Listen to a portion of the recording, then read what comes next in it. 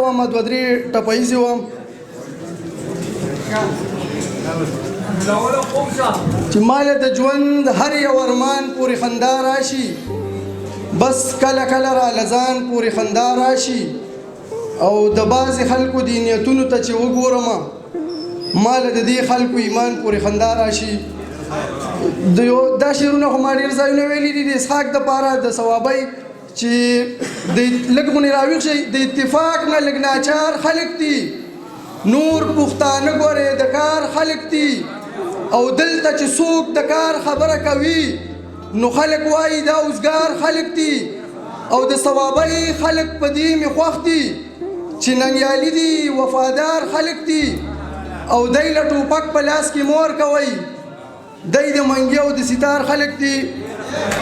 ډېره مننه. د ثوابۍ خلک په دې مې خوښ دي چې ننګیالي دي وفادار خلک دي، او دی له ټوپک په لاس کې مور کوي، دی د منګي او د ستار خلک دي. دوه درې ټپیزې وامه نوي چې دلته خو ډز د ډز علاج دی، هسې که پروت مو په سر تاج دی.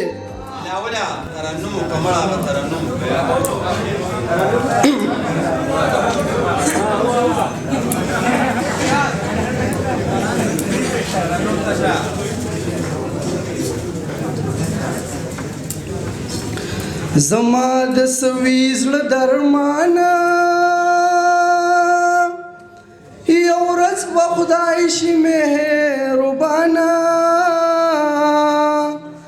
او ماته له ټولې دنیا ګرانه،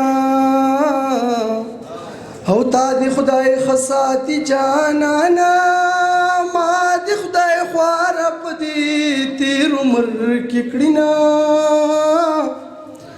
تېر عمر کې کړینه. شولې ونۍ په غرونو سر شوه، اوس خو پناه د خړ خیبر شوه، او لاړه هغه د پېښور شوه،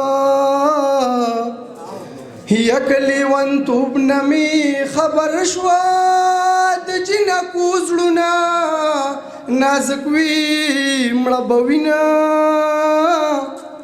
او مړه به وینه.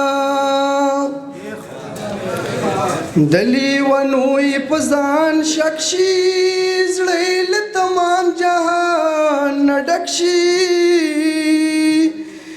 او په مرګ لالې چې د چا ورک شي، زم چې دا زړه مې لږ شان سپک شي، زم چې د مړ لالي په قبر وجاړمه، او وجاړمه.